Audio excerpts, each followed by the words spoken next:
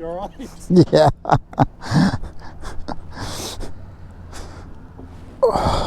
Hi from Taco Bell. Oh, man. I should have known better.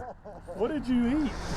2 cheesy gordita crunch, a bean burrito. Oh, dang, son. Yeah. It was. Proud of yourself? Oh, yeah.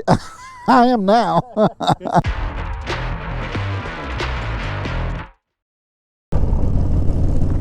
So to give you guys just a little bit of context to that conversation, I'm almost 50 years old and I had Taco Bell for dinner last night and it is wearing me out. But anyway, that is a different topic. You know, lots of people have things that they, let's just say, it is an extension of their own personality. You know, for some people, like us, it's their motorcycle. For some people, it might be a pet or a spouse. It could be a number of other things. But today I want to talk to you about your motorcycle. Does your motorcycle match your personality? Hey everyone, my name is Ty and welcome back to the channel. I appreciate you joining me today, and sorry that we had to start the topic of the conversation with my stomach issues. That's just the way it goes sometimes. All right, let's start the category. What's the first one that Harley has on their website? I think it's sport bike or sportsters. I'll tell you what made me think about this. Have you guys ever seen those pictures or the videos that people will do, and you know, it'll make them look like their dog? You know, like somebody will have a pug and the owner of the pug really resembles their dog, or somebody will have a German Shepherd and the same thing. That person just resembles that German Shepherd, and for some reason it got me thinking about us as motorcyclists and the motorcycles we ride. So with that out of the way, let's get to the Sportster topic. Sportsters slash sport bikes. Now, I recently had a Sportster S, and it's the only Sportster that I've ever owned. I throw no shade at Sportsters whatsoever. I think they are fantastic motorcycles. They are a lot of fun. They're extremely customizable, and I like them a lot. Now, do I believe that the Sportster S matched my personality? No, I really don't. I don't think it was a good fit for me long term, but I will tell you this. For the 10 or 11 months that I had that motorcycle, it was a lot of fun. Next up on the list, we've got the Cruisers. And I think the Cruisers is probably where I find my fit most. You know, before I really had my eye on the Lowrider ST, I was a huge fan of the Lowrider S, and more importantly, well, I won't say more importantly, but probably a motorcycle that consumed more of my attention was the Street Bob. I've been able to demo a Street Bob on a number of different occasions, and I loved that motorcycle. So much fun. It just had a lot of power, not a lot of weight to it, and it was just an absolute blast to ride. I've never owned a Street Bob, but you never know, maybe one day.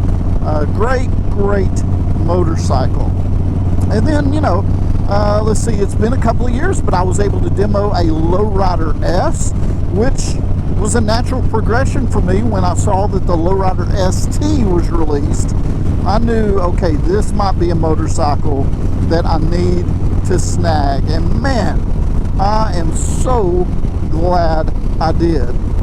All right, what do we got up next on the list from Harley's website? If I'm going by memory, I think it's Adventure Touring. Oh yeah, Adventure Touring. I've got a couple of buddies who love their Pan Ams.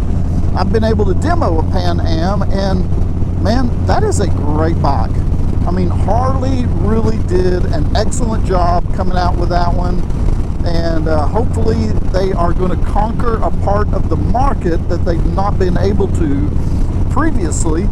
But you know, there might be a point in time where I will want to do that, get into the adventure touring and that type of thing. But for now, it's just not on the list for me, but it is a great motorcycle. And I've got a couple of friends who really love them, and it absolutely and totally fits their personality and the type of riding that they love to do. Look at all these guys over here. What's up? What's up? What's up? Got an Indian, a Harley, some other stuff. That's cool.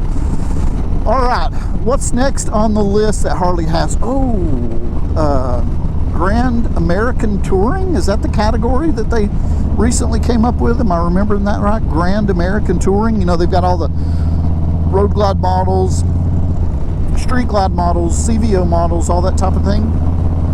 Now, I love the touring models. I have a touring model. Excuse me. I've got the hiccups. I've had all types of stomach and gas bloating related issues. I know that's disgusting for me to tell you, but whew, look at all these bikes. Check them out.